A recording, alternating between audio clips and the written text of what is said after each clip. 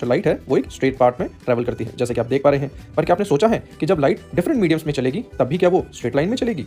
चलिए वही आज की एक्टिविटी में सीखते हैं। तो अब मैं देखिए लाइट को ग्लास स्लैब से पास करा रहा हूँ, तो इसमें आप भी सब देख पा रहे हैं कि as it is entering into a glass slab, it is changing its path.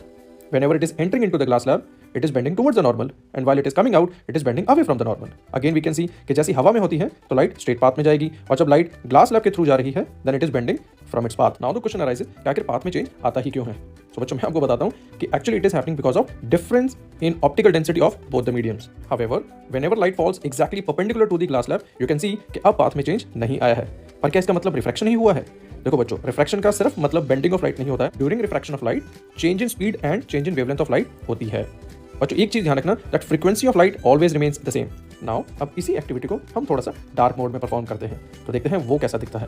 तो अब यहाँ देखिए एकदम आपको इंसिडेंट रे, रिफ्रैक्टेड रे और इमर्जेंट रे भी साफ साफ नजर आ रही है। और आप ये भी देख रहे होंगे बच्चों कि जैसे जैसे मैं एंगल ऑफ इंसिडेंस बढ़ा रहा हूँ तो आपकी जो शिफ्टिंग है, जो बेंडिंग हो रहा है वो ज्यादा हो रहा है, और आपका जो लैटरल शिफ्ट है वो भी ज्यादा आ रहा है। आप इस एक्टिविटी को घर में ही परफॉर्म कर सकते हैं। उसके लिए चाहिए आपको एक ट्रांसपेरेंट बॉक्स, उसमें थोड़ा सा पानी डालिए और हाँ लेजर। तो ये देखिए बच्चों, यहाँ पर भी आपको इंसिडेंट रे, रिफ्रैक्टेड रे जो कि पानी के अंदर है, और इमर्जेंट रे जो कि बाहर निकल गई है, वो भी साफ साफ क्लियरली विजिबल हो रही है। तो जैसा हमने ग्लास लैब के साथ एक्टिविटी परफॉर्म की थी वैसा ही देखिए रिजल्ट आपको यहाँ पर भी देखने को मिल रहा है।